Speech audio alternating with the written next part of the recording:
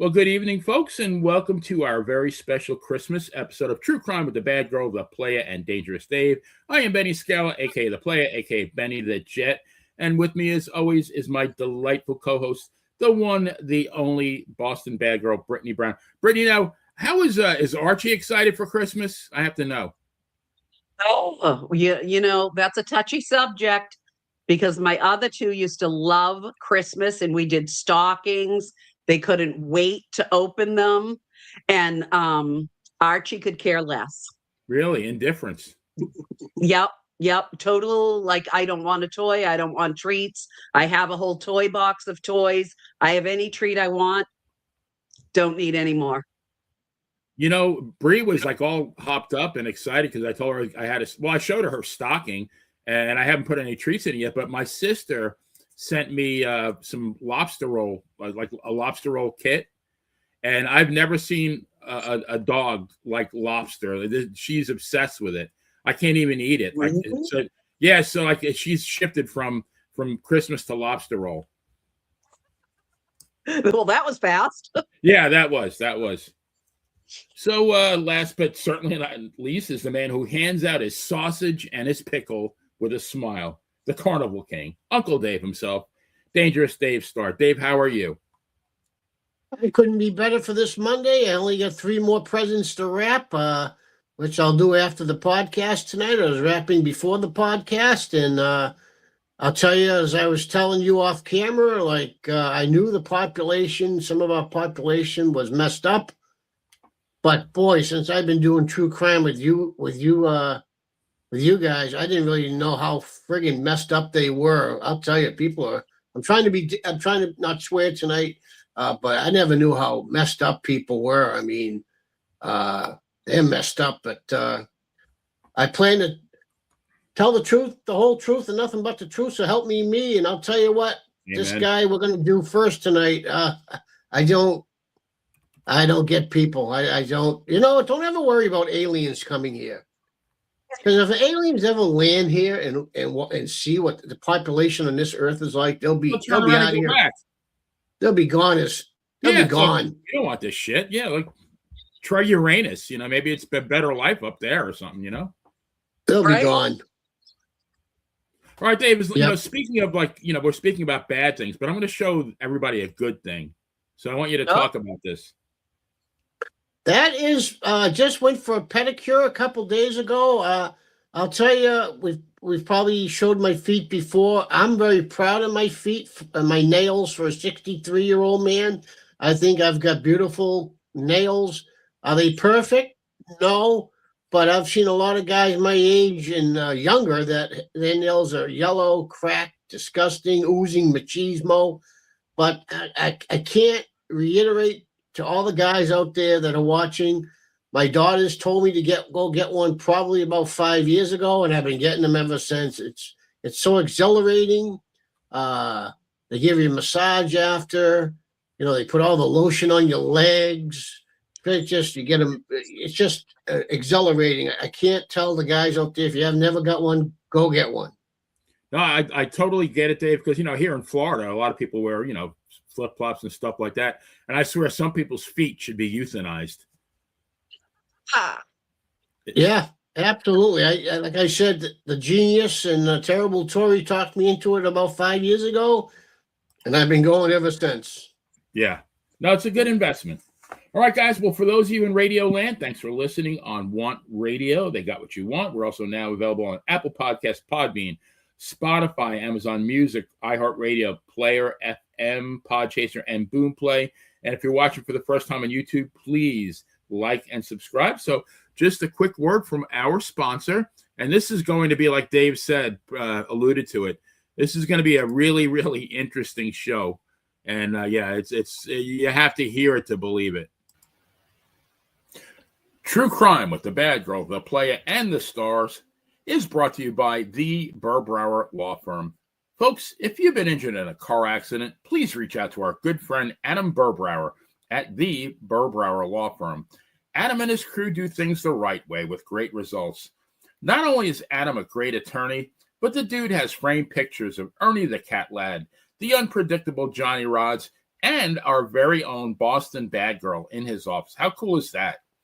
If you see Adam at the community pool trying to nail that elusive triple Lindy, you'll notice superstar Billy Graham tattooed on his back and Bret the Hitman Hart tattooed on his chest.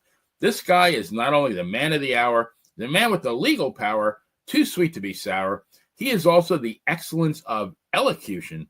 Besides being a great guy, Adam is a true crime aficionado and an avid WWF historian. Who else can get you a great settlement while breaking down Mario Mancini's greatest matches? Well, that one's a quickie.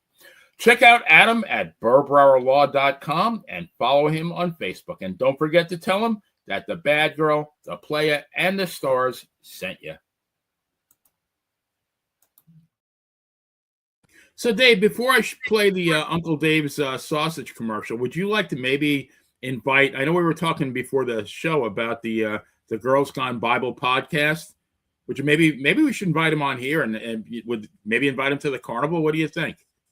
Absolutely. I have discovered, everyone out there in true crime podcast land, something that has captured my heart, amongst other things on me. I was going to say, maybe just your heart.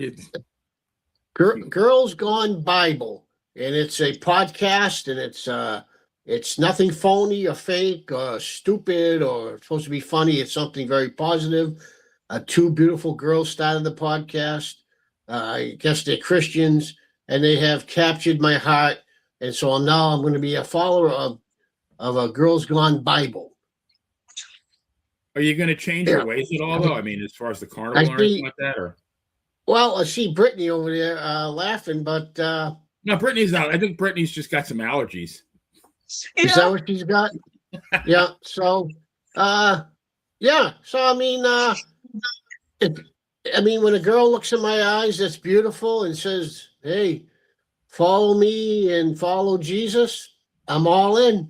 But what if they say, what if they say repent? Then what do you do? Well, there's something called to the best of your abilities. That's true. That's all. That's the safety net. That's all I can do. I'm only human. All I can do is to the best of me and my pickle to the best of my abilities. That's all we can do.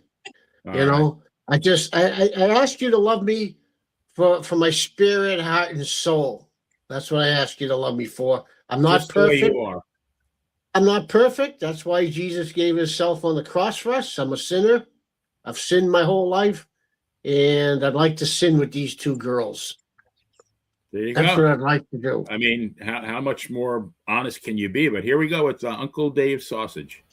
True Crime with the Bad Girl, the Playa, and the Stars is brought to you by Uncle Dave's Sausage. Are you hungry? Hungry for something thick, juicy, and just a little bit naughty? Introducing Uncle Dave's Sausage, the only meat that knows exactly how to fill your buns. Whether you like it spicy, smoky, or just plain stuffed to the brim, Uncle Dave's got the girth, the girth of flavor you crave. Morning, evening, a quick nibble at 3 a.m. No shame, baby. Uncle Dave's Sausage is served 24/7 at the carnival, where the rides aren't the only things that go up and down.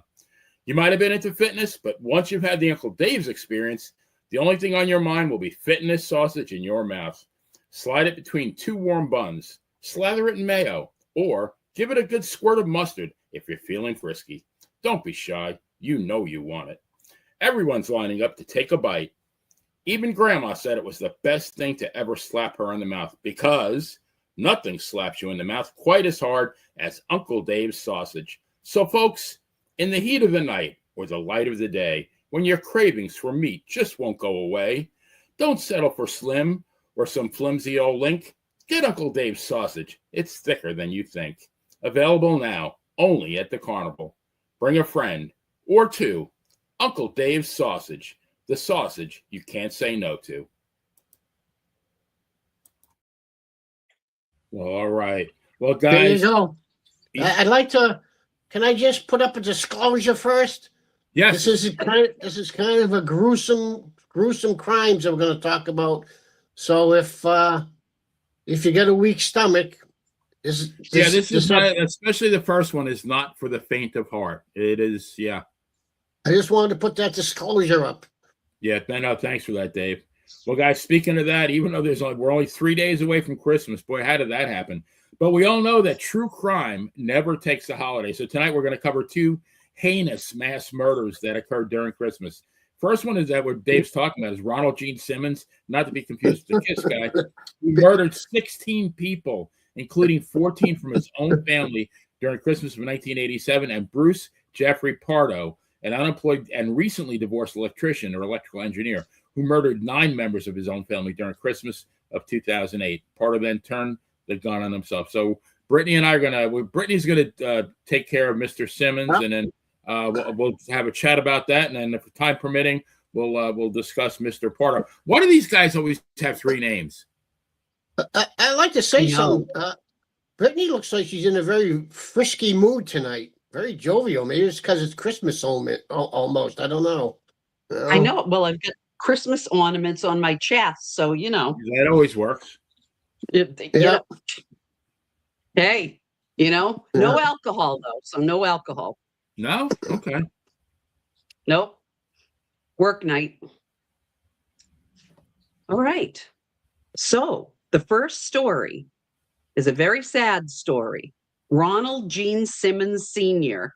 was born on July 15th, 1940 in Chicago, and would go on to spend over 2 decades in the U.S. military, serving in both the U.S. Navy and the U.S. Air Force before retiring with honors. He reached the rank of Master Sergeant and received commendations, including a Bronze Star and a Vietnam Gallantry Cross. Simmons was trained in marksmanship and experienced in military discipline, a part of his past that contrasted sharply with the man he became later in life. After leaving the service, Simmons settled in rural Pope County near Dover, Arkansas, where he lived with his wife, Bersabe Rebecca, and their children. Behind the quiet facade of a military veteran and family man, there were darker undertones to his life, including years of abuse within the family, especially sexual abuse of one of his daughters, which produced a child. Witnesses and later reports suggested that Simmons held deep resentments, both personal and psychological, though the full extent of what drove him remains a topic of speculation.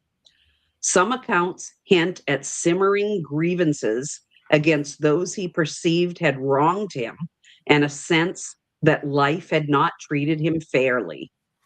These attitudes would eventually erupt into unthinkable violence. In the final days of December 1987, Simmons carried out a series of killings that would shock the nation and remain one of the most horrific spree murders in American history. Over the course of 6 days during the Christmas holiday, he killed 16 people and injured several others in a series of calculated acts that began at his home and ended in town. Wow. On December 22nd, 1987, Simmons began his spree at his remote Arkansas residence. His first victims were his eldest son, Ronald Gene Simmons Jr., and his wife, Bersabe Rebecca, both shot dead with a .22 caliber handgun. He then brutally killed his 3-year-old granddaughter, Barbara, by strangling her. After disposing of those bodies, Simmons lay in wait for other family members to arrive for Christmas. Over the next days, as children returned home for the holidays, Simmons methodically slaughtered them one by one. He lured them into isolated spots and murdered them, strangling some and drowning them in containers like rain barrels and cesspools he had previously had children dig. They ranged in age from teens to young children. By December 26th, returning relatives, including sons, daughter-in-laws, grandchildren, and the daughter with whom he had previously had a child were also killed. In every case, Simmons used a chillingly calm and calculated method, alternating between firearms and strangulation, leaving a trail of bodies that included 6 daughters, 3 sons, 2 grandchildren, and in-laws. When authorities later searched the home, they found Christmas presents still wrapped beneath the tree, a stark symbol of the ordinary holiday now forever tainted by horror. Simmons did not stop at his family.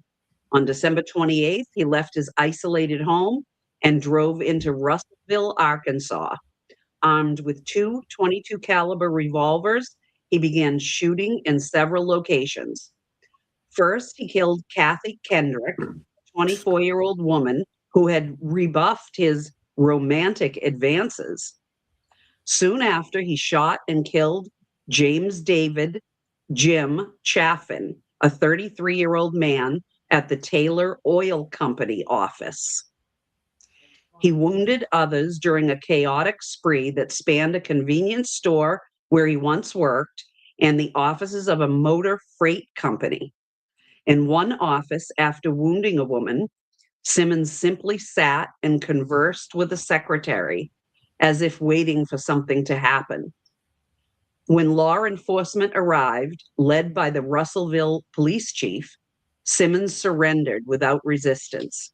He handed over his handgun and was taken into custody peacefully. Defining the murders in Arkansas history, Simmons' actions that week took the life of 16 people, 14 of whom were his own family members, making it one of the most chilling, I don't even know how to say this, familicides in U.S. history. After his arrest, Simmons was evaluated for competency to stand trial. State psychiatrists determined he was sane and capable of understanding the charges against him. He faced 2 separate trials, one for the killings in Russellville and another for the murders of his family. In his first trial in May 1988, for the 2 murders and several attempted murder charges in Russellville, Simmons was convicted of capital murder. Remarkably, he refused to appeal his death sentence, telling the judge that he considered the death penalty proper punishment and wished for a swift execution. Because Arkansas law required a jury recommendation for death and did not allow life without parole on a guilty plea, Simmons insisted on going to trial even though he knew it would result in a death sentence. His second trial, related to the 14 family deaths, resulted in similar outcomes, guilty verdicts, and a second death sentence. At both proceedings, Simmons repeatedly waived his rights to appeal, effectively volunteering for execution, a rare and controversial stance that became the subject of a U.S. Supreme Court case, Whitmore versus Arkansas, 1990, when another inmate sought to intervene on his behalf. The court ultimately ruled that the intervener had no standing, leaving Simmons' waiver intact. Numerous legal actions attempted to delay or review the execution, including stays by the U.S. Supreme Court, but ultimately nothing stopped the process because Simmons himself refused to pursue appeals. On June 25, 1990, at the Cummins unit in Arkansas, Simmons was executed, yay, by lethal injection, becoming the state's first execution by that method since reinstatement of the death penalty. His final words were brief and troubling. Justice delayed, finally be done, is justifiable homicide. Whatever that means. Witnesses described a grim final moment, and in the hours after his death, his body went unclaimed, and there were no known family members to bury him. Well, he killed them all. Right. Exactly. Yeah. The Simmons case remains a haunting chapter in American criminal history. It exposed not only extreme acts of familial violence, but also the complex legal and moral questions around a defendant who seeks to forgo the appeals process and expedite his own death sentence. Researchers and authors continue to explore the psychological underpinnings and societal failures surrounding this tragedy, from hidden family abuse to missed warning signs before the violence erupted. The murders on December 1987 are remembered not just for their brutality, but for the lasting trauma they inflicted on a community and the questions they raise about how such horrors can be prevented in the future. Brittany, what do you Wow. think? I mean, you read it, but what's your thoughts about it? I cannot believe somebody did that and planned that all out and lay in waiting. I mean, what I've over the course of days, I've never heard of such a thing. I'm shocked. I'm glad he's dead. Yeah. I think the only way you can answer something like this, first of all, I can't believe they found him sane. Like whoever found him sane whoever found this guy sane is insane. Yeah, exactly. Whoever found this guy sane is insane. But the only way I can look at something like this and comprehend something like this is just he just turned into the devil. Like how else can you comprehend anything like this? He just like this guy must have had so much, like how much rage and hate. Like what drove this guy to have so much rage and hate in him? I mean, just not only did he wipe out his family, he wiped out all the in-laws, his daughter-in-law. He wiped everybody out. This guy, he's. How'd you like to be his cellmate or be in the same jail as this guy? He couldn't have been a popular guy in prison. I don't have any answers for this other than he just represented the devil. And I believe in the devil and I believe in Jesus. And I have to say, Mother Teresa represented Jesus. This guy represented the devil. How else? I don't know how else you can get any other answers or any explanation for it other than that. Like, geez, just picture him. He murdered his daughters, his grandkids, his in-laws, his sons, his wife. Like, wow. At Christmas time. Right. There's supposed to be peace on earth, goodwill towards men. Yeah.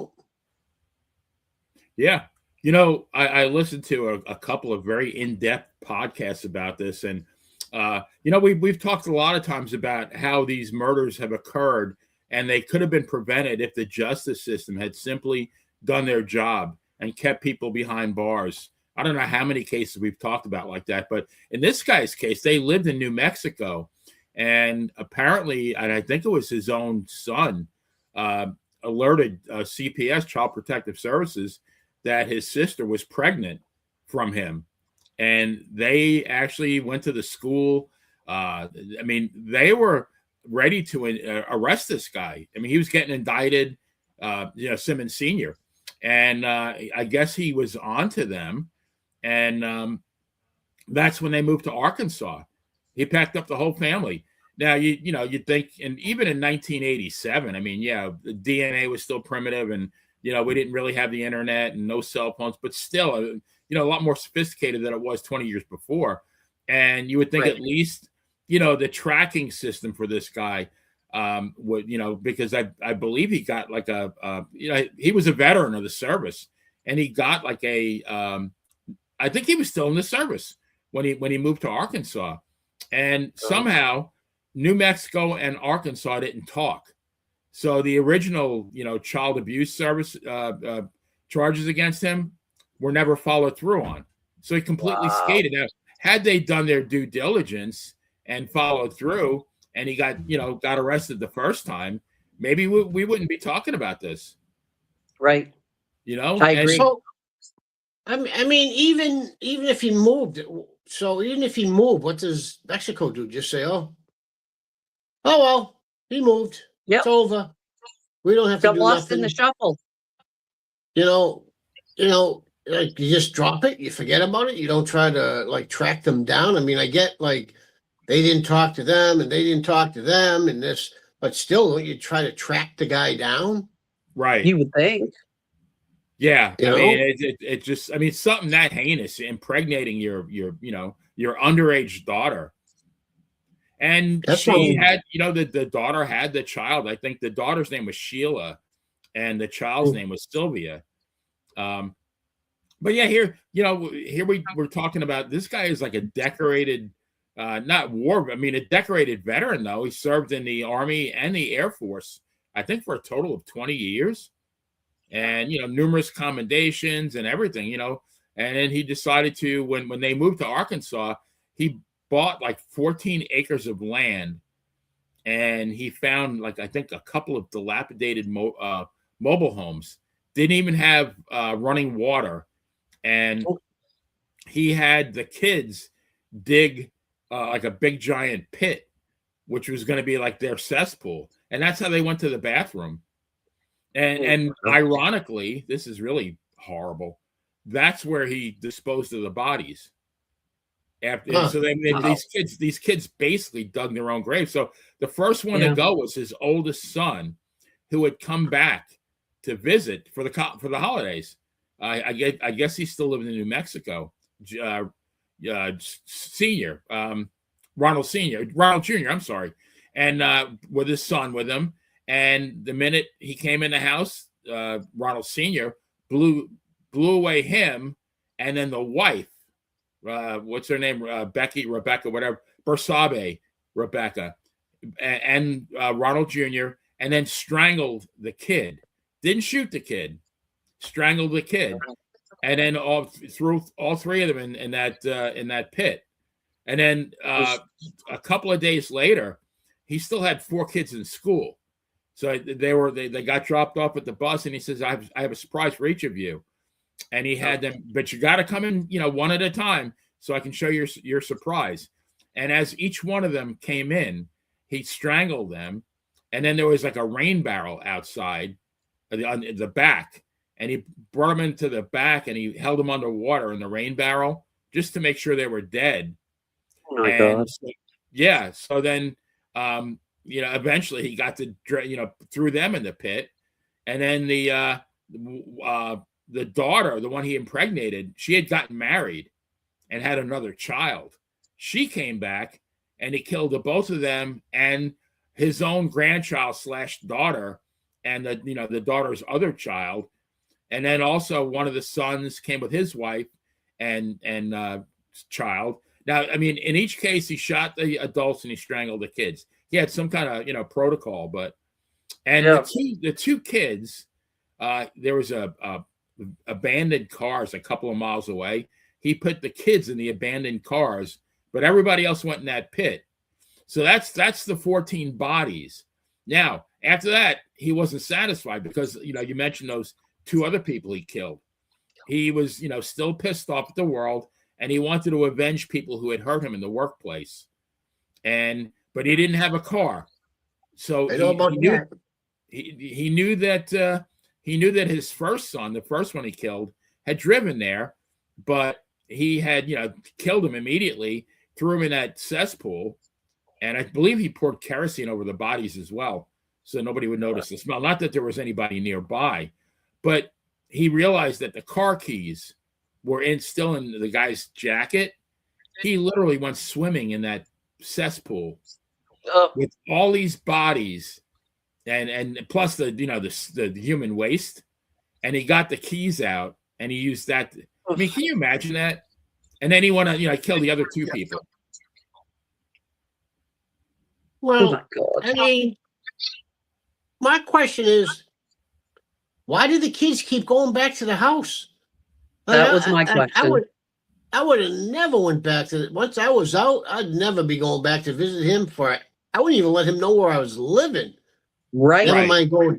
Never mind go visit this crazy Yeah, bastard. but because by then all the kids knew that he had, had sex with, the daughter and had a child, and I believe he impregnated her a second time. Oh my And God. that pregnancy was terminated. But I mean, knowing this, at least maybe they didn't know about the second one, but they knew about the first one. Why is anybody coming within 1,000 miles of this guy? You're right. That's a good Especially point. her. Right. Yeah, I'm Some- going to some- visit the man who abused me my entire life, who impregnated me twice. Every time I look at this little girl, I mean, she had to go through unspeakable horrors with this guy. Oh. You know, some of the things this guy did remind me of Grizzly Smith. To be honest with you. Yeah. Oh, the promoter? No, Grizzly Smith, which was Jake the Snake Roberts' father. I'll tell you, he was a promoter, wasn't he? Yeah. Yeah. But it didn't, yeah, like that's what he used to do. He used to take young girls from. I don't know how the parents let these girls go with this guy, but if he paid them off, or I mean, and he go and have sex with these underage girls. Yeah. I can't even like. Plus, there was no. I don't know how they did anything as far as bathing. They went to the bathroom in this. They all had to go to the bathroom in this cesspool, which was, it wasn't even it was a hole in the ground, literally. Disgusting. I mean, it had to be pretty big though to hide, to cover all those bodies. Right. I think there was right. 10 bodies were in there. Oh my God. Yeah. Right. Well, you're saying a hole, so we don't really know the size or the scope of it. I mean that they dug, they use as a cesspool, but I gotta say, these kids keep going back. What's the matter with them mentally? They don't seem like I know. they had any the sons or the daughters had any common sense, because once I was out, I wouldn't be going back. Definitely not. No, Especially when I reported him to the authorities for impregnating his daughter. Yep. I'd be too scared to go back. He went. I think the first place he went to, like when he drove, was a law firm, and that young girl, that 24-year-old girl you mentioned, was somebody that had, he had like hit on her all over the place, and he wasn't very tactful either. I mean, he was very, he would actually try to grope her and stuff like that. Was very vulgar, and that was his first target. It was at a law firm, and then I guess the next one was he worked at an oil company, and he killed his boss. So that was the 2 kills. And then after that, he went to a grocery store he worked at, and he just opened fire on everybody. Now he wounded 2 people, and then the last stop was another place he worked, and he had a female boss, and he shot her in the head and the chest, but somehow she survived. So I mean, it could have been worse. I don't understand. Like, I'm not comprehending. Like, I can see you killing a couple people because you're in a rage. You're in a rage. You're seeing black. But to be in a rage for that long, to kill that many people, right? Because it happened in 4 different phases, from December 22nd through the 28th. So over a period of 6 days, 4 different events. Yeah, I could see if you lose your shit and you go on a spree, but then usually either you kill yourself or you get caught. I mean, this is like very protracted. It's gruesome. That's why I think the devil just took him over. I think at this particular point, he's not human. He's not human. I mean, something. I think the devil was inside him a long time, because he started abusing that girl when she was very, very young. She was pregnant at 17, and he said he only had sex with her 3 times. I'm sure it was more like 300. Yeah, and I'm sure it started like a long, long time ago. But supposedly she protected him too. She didn't want him to go to jail, so had a strange allegiance to him. I don't think these kids knew any better, because like the bar was so low at their home. Well, I was just getting ready to ask what education level they, maybe their education level would. it didn't seem like the education level was the common sense was very high. Because once I was out of that house, I mean, you're out of the house. The girl that he abused and had the kid with, his daughter. Why would you go back? I don't know how you walk that one back. You know, I mean, you got your own child pregnant. I mean, Right. That's and now your disgusting. grandchild is your daughter. I mean, sounds Do you know anything about his background when he was a kid? I mean, something happened when he was a kid or when he was in the service, because that's. I don't think so. I don't think so. I think Something- he just, you know, once he got married, and he was very controlling. But they said a lot changed though after he had the girl, because like this was going to be like his obsession with her. I mean, it was an obsession her whole life. I mean, he actually quit the military just so he could be with her more often. Oh my God. Yeah. You know, when That's I gross.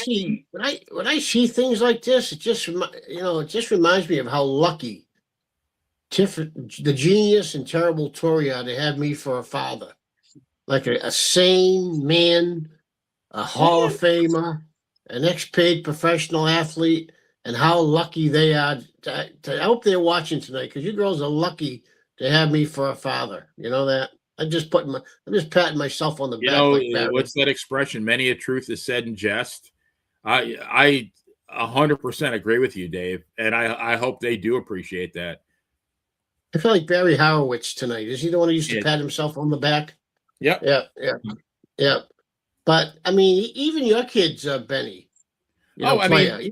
Absolutely. I mean, and everybody I know, my brother's kids, my sister's kids, all my friends' kids, they all had, they had a good upbringing. They had good parenting. There was discipline involved, but it was for a reason. Right. And nothing horrible either. I mean, there were, you misbehaved. There was consequence, like any, any parent-child relationship. Yeah. Right. But yeah, Absolutely. I mean, this is just, I mean, and the thing is, they didn't really get into how he treated the other kids. I mean, as far as like what kind of discipline there was or there wasn't, but it doesn't sound like there was much in the way of expectations, because I didn't hear about any of the kids like achieving anything. I don't even know if any of them finished school. I do believe now that the daughter that he impregnated, she did graduate from high school. That one I know about, but I don't know about the rest of the kids. What happened? Where was the wife through all this? Like, where's the wife? I know. Now, she attempted to leave him about 10 or 12 times, but she always came back. So, Yeah, she probably came back because he probably showed up the way she was. Look at him. Put his picture back up. You can't play it. Look at he. Well, he don't look on. right. He don't look right. Oh, that's nothing. Here he is. That guy came looking for you and said either come back or you ain't going to be seeing the sunrise tomorrow. What will you do? Yeah. I'd be going back, I guess. That's like the devil on earth, the devil incarnate. Do you have the family picture available? Yeah, there's. There he is. Look at him. He don't look right. No, that's not all of them. Let's see. You got 1, 2. There's only 4 kids there. There's 3 more to go. I mean, can you I think imagine the one on the being far right was one that his armors around is the one that he got pregnant. Can you imagine being the daughter and you're in bed and this your father's coming and getting on top of you? Like, I'd be scared shit. Just look at him. Looks like a crazy bastard. Yeah. Oh my God. He's scary. And again, a career Army and Air Force, won medals and commendations and got promotions, great job reviews. So he was able to maintain discipline at work, but just, not in his personal life. Yeah, somewhere along the line, the elevator straps broke. Yeah. And he went down. That is the record for familicide. I think that's the way you say it in the United States. Wow. Yeah, I mean, he literally wiped out his entire family. Yeah, Merry Christmas, huh? I don't know how you can sleep with yourself. I mean, I don't know how Brian Walsh can sleep with himself. I don't know how do these people, the other guy, Chris Watts, like, what do you think of when you're like, it comes a time when you're alone. You're alone. Being that it's already 40 minutes after the hour, hang on one second. Maybe we should just talk about this guy for the rest of the show. Ew. Yeah. He doesn't look so good. He doesn't look too happy either. Well, I'll tell you what. He showed in his last week when he got murder one, life without parole. He didn't. I've talked to the women's world's champion Brittany Brown about this. Like, how do you like? He just walked past his mother in the courtroom and off he went. I saw him go outside in the courtroom live, and that was it. And he had the chains around him, around his legs, and in the back of the van he went. The door shut, and that's it. Like, I don't. Did you get to hear any of the? I didn't hear the impact statements. I missed that. Did you get to hear any of those? I heard the sister. I heard the sister. They didn't read the kid. The state wrote an impact statement for the children, but they did not read that. They didn't read it for whatever reason. They didn't read it, but the judge did not read it. Now, was the mother allowed to make a statement on his behalf? His mother? She wrote a letter. His mother, yeah. She wrote a letter to the judge outlining how great her son was, his accomplishments. They have leniency. They didn't read that. They didn't read it, but she wrote a letter to the judge. Did you guys ever see the movie 50 First Dates? No. A long time ago. Yeah, so there's a scene. Adam Sandler has the hots for Drew Barrymore, and he's in a cafe and he's drawing a picture for her. And there's a customer who doesn't like him, and he says, "Can I have that? I need something to wipe my ass with." I would. That's what the judge should have said to the mother, like with that letter. Right. No kidding. Right. Well, the thing is, when you look at stuff like that, that underlines the problem. There's the problem right there. Yeah, exactly. He was never told, hey, grow up, be a man. The mother was paying his rent every month. There lies the problem. The only one that really told him anything was the father, who disowned him because he was a loser. And unfortunately, the father's passed on, but he's probably looking down saying, I told you you'd get yours. But like I told Brittany, how do you, like, this is what fascinates me. He's not a lifer. Like, it's one thing to be in and out of the system your whole life and you're used to it, and then you do and act like this, but you've been in and out of the system. This guy's never been in the system. How do you go from just freedom your whole life to that's it? It's over. It's over. Now he's 50 now, right? When did he get charged for the bogus paintings? That was about 3 years ago. All right, so 2 years ago. So you're talking about somebody who, until their mid 40s, kind of stayed out of trouble, right? Well, let's just say, I don't know if he stayed out of trouble. Let's just say he was never, like, he slid under the radar. Yeah, he never got caught. Like, with his father's house, all the stuff he stole, all the stuff he sold. He slid under the radar, I would like to say. So he was getting protected big time by the parents, or the mom at least. But he never did any. He never did no time. Like, nope. Before you cut your wife up and before you do this, don't you stop and think, hey, wait a second. I don't want to go to jail the rest of my life and live in jail. I just that's the part that fascinates me about people like him. I get fascinated. Well, like, how do you adapt to this the rest of your life? I'm still I'm baffled by his attorney. Now I kind of get it because as his attorney, you have to do what he wants pretty much, right?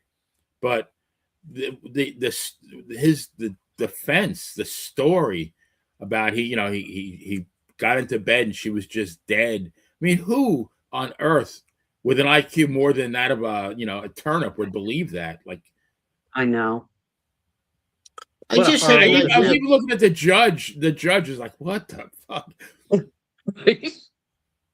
I just had an idea come to me. Maybe I'll try to visit him in prison. I have a right to visit anybody and request to visit anybody I want in prison. Right? That's right. Maybe I'll try to request to talk to him in prison since I'm on a true crime podcast. Maybe you can go live. We can do do a show with him. Yeah. I'm just very fascinated in how, you take a saw and just start sawing your wife's arms off and legs off in your cellar while your kids are upstairs sleeping. Now, I'll ask you a question, Dave. Did he make a statement, Walsh, before the judge sentenced him? No. I saw him one morning. Okay. Not even like, I'm saw sorry, no, nothing, right? No. Very polite. No, very polite. Stood up when the judge came in. He said good morning. Good morning, Your Honor. Sat down. Was very polite during the whole process. Like if it was me, I'd be like, fuck you. I know I'm going away for life. I don't like because she was scolding him, saying stuff to him. I mean, Oh yeah. Just the process, I'd be like, fuck you. I'd go be going nuts in prison. He, very polite, very, very polite, sat there, listened very attentively to her every day, listened attentively to her while she was scolding him for what he did. And he just showed no emotion. And then when he left the courthouse, a reporter asked him, do you have any regrets do you have any regrets what you did to your wife? No answer. And No. Off he went. But I don't know if that's going to be the last, if you hear about him. I know. I don't know. I think his name might be surfacing down the line somewhere, if you know what I mean. Mm-hmm. Do you think he'll appeal? No, I don't think he'll. Oh, he'll probably appeal it because that's just protocol. But I think down the line you might be hearing some more news other than an appeal from him. You think he might meet a little bit of an accident in prison? He's already met one accident. They stabbed him in the head once, and I think now that he's been convicted, he'll be moving out of Norfolk. He's definitely a marked man. He for sure. Yep, I agree. Well, he's going to find out what life really is like because they're going to be moving him out of Norfolk into a MCI somewhere with violent criminals. Yep. As much as I'm a proponent of the death penalty, and I think I would have no problem sentencing him to death if I was a judge. Right. But right. Isn't this kind of in a way a slow death sentence because you wake up every day fearing for your life? I mean, it kind of is a death sentence, isn't it? I mean, yeah. Yeah. Way. I wouldn't. I am for the death penalty, but I'm not because I just feel like that's the easy way out. I agree. I feel that's the easy way out. The death penalty. I just feel like that's just live your life behind bars the rest of your life. That's. The death penalty is the easy way out. And I could never figure out when you're getting the death penalty, why did they give you a last meal? I could never figure that out. Right. I'd be like, you ain't getting no fucking meal.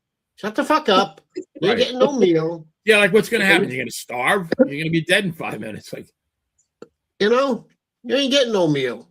And it's the same thing when I watch I would use that money and send a gift card to the victims' families. This is what he would have spent on his last meal. Right. It's the same thing when I see Rob Reiner's son, I watched All in the Family last night on MeTV. Flipping between that and the Patriots game, and they showed him after he murdered him, shopping in the convenience store, going to get a a Coke or chips or whatever he was buying. I'm like, Oh, the son, you mean? yeah. Okay. They're like, I kind of feel like he shouldn't have been, like, he wasn't just a drug addict. He was fucked up. He should have been institutionalized. He should have been put away. Yeah. I agree. Not staying on the guest house on the property. Like, Yeah, I what do mean, you think? money doesn't fix everything. That's right. Like, what are you thinking? What are you thinking? If I that mean, was money my could have kid, got him into a really decent facility, maybe where he could have been treated, but that's where he should have been. Yeah. Yeah, he really Well, should have. right. Well, he shouldn't have been in a drug rehab. He should have been institutionalized in a mental health rehab or hospital, because, you hear about a lot of, he paid $70,000 a month for drug rehab, him and his wife. He didn't need rehab. He needed drug rehab, but he needed mental health rehab. Yeah. And, I think a lot of the problem with a lot of these cases is, like you said, they don't really look at the true problem. Maybe there was drug issues, but there was an underlying mental health issue, which was far worse. And I think they just look for the quick fix. We'll send him to drug rehab. Okay, well, maybe you can break his drug habit, but you're not going to fix what else is wrong with him. Right. But I mean, not to be like a profiler, okay? But you can just see this kid in pictures with the family and see he ain't right. I know. Well, Some of the one these picture they pictures, show of the two of them, and they're like, they have their arms around each other, and they're like 10 feet apart. I know. It doesn't look like they're very chummy there. you could tell the kid wasn't right. I mean, just at some point you need to thank you, Espo. God bless in Connecticut. I'll be there probably tomorrow, leaving in the morning for Connecticut. Speaking of great family, right? Yes. I'll be spending the holidays in Connecticut. Well, next Monday I'll be doing the podcast remotely from Connecticut. Maybe I can talk Terrible Tory into going on the podcast with me. They haven't. I was just thinking that today. It's like we haven't seen either the Genius or Terrible Tory in a long time, and they're missed. They're always welcome. Yes. Yeah.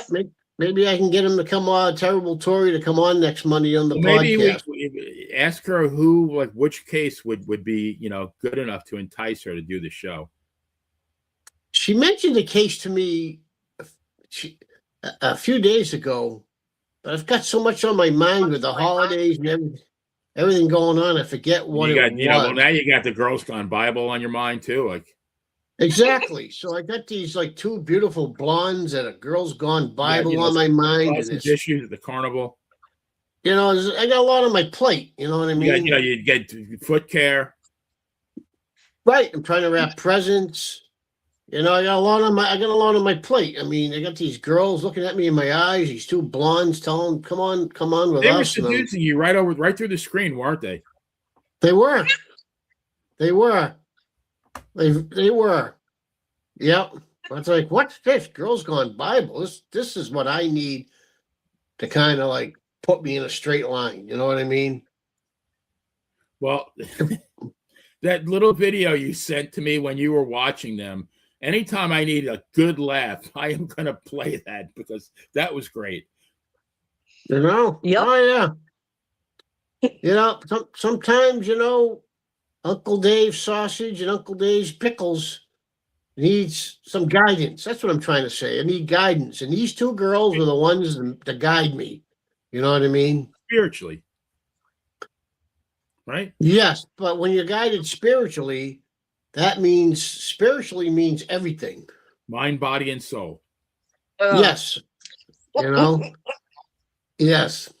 I see the Women's World Champions giggling over there, huh? She's been giggling a lot. I think she really enjoyed this show. Yeah. Yeah, she's been giggling a lot tonight, hasn't she? She might. She almost did a Genius and turned her screen off there. You're absolutely right. That was a great moment on the show when the Genius actually had a turn her camera off because she was laughing so hard. Yeah. Yep. And by the way, this is our 75th episode. That's amazing. Wow. 75 episodes. We've been like going close to 2 years now. You know, the average podcast, I think, lasts 4 episodes. And here we are, number 75, still going strong. We charted in 2 countries in the past 6 months. I mean, all good, right? All good. Yeah. Do you think they have Asian girls like Asian Girls Gone Bible at all? Do you think that'd be something I'd be interested in? You know, We can Google I it. guess we'd have to find maybe in an Asian country, a Christian country, or a country that has a lot of Christians. because I feel like, what about Dangerous Dave Gone Bible? How about, like I need direction, but they can give me direction and I can give them direction. Well, if you want to if you want to do it like an extra podcast, and we can set that up too. Like Dangerous Dave Gone Bible. Yeah. You know what I mean? I mean, that'd be pretty good. At the carnival.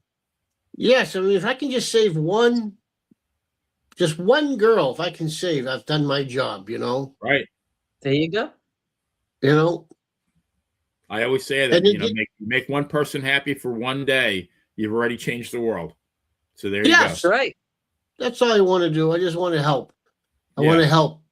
That's when I saw this Girls Gone Bible. I need to help. I need help, and they need help. We could help each other. Help me help you. Right? Yeah. Like friends with benefits. You know what I mean? There you go. Biblical benefits. Yes. Spiritual and biblical. Yes. There you go. Benefits. I mean, absolutely. This sounds like a can't miss to me. I'm telling you, I'm on this. This has really got my juices going, to be honest with you. Literally, yeah. Yep. Really get my juices. Girls Gone Bible out there, everybody. If you need some guidance this Christmas, that's the look. Well, and I did check after you showed me that, or after I saw you watching. I did check them out, and they do have quite a following. You're damn right they do. Like 99.9% men, right? But they could tell me to take a long walk on a short pier. They could tell me with those beautiful eyes. How old would you say they are, Dave? Like maybe mid to late 20s? Yeah, they look about 28, 29. 29, maybe even 30 maybe, but yeah.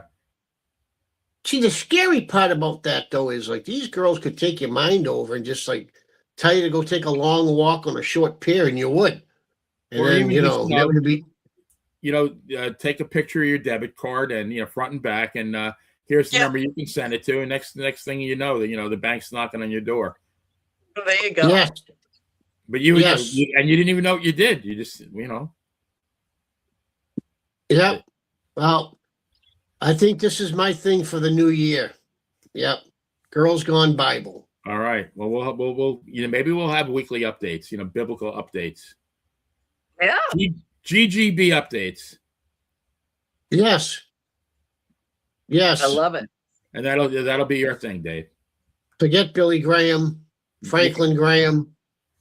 Forget what's his name, the pretty boy there. Thinks he's something that you mentioned earlier. Osteen. Joel,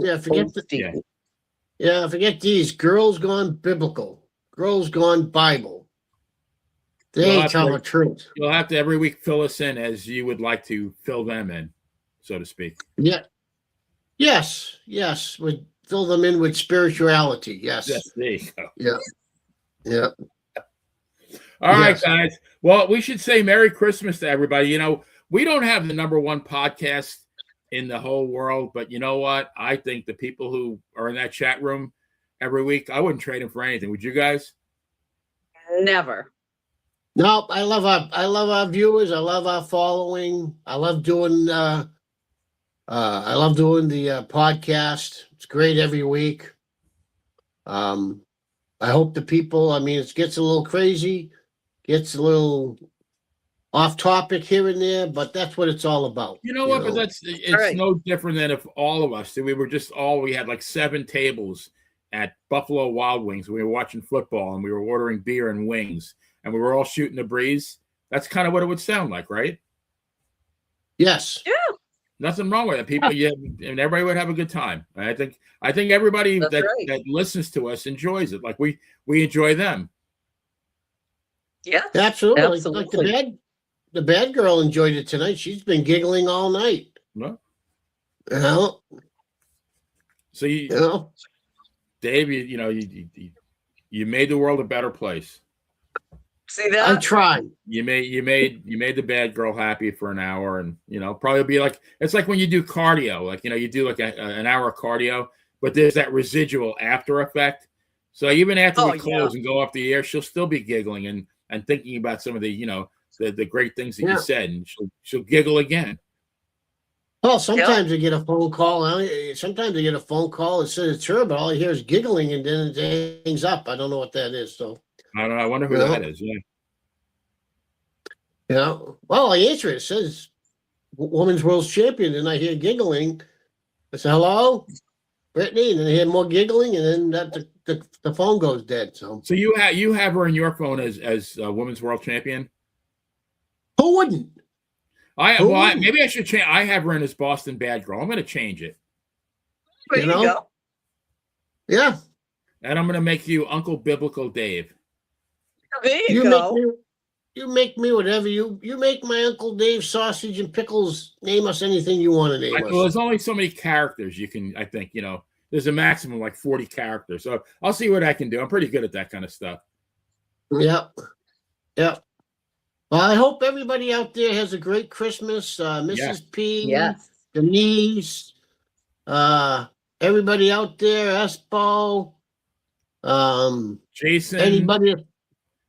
And Chris DiCarlo has been there. Cooper, my Tom friend from Jones Greece. And Justin. Tom Jones. It's not unusual when he shows up, right? Ah. Yeah. Now there's a man that still got it going on at 85 years old. Still tours the world. Unbelievable. Yep. Worth about like $1 gazillion, but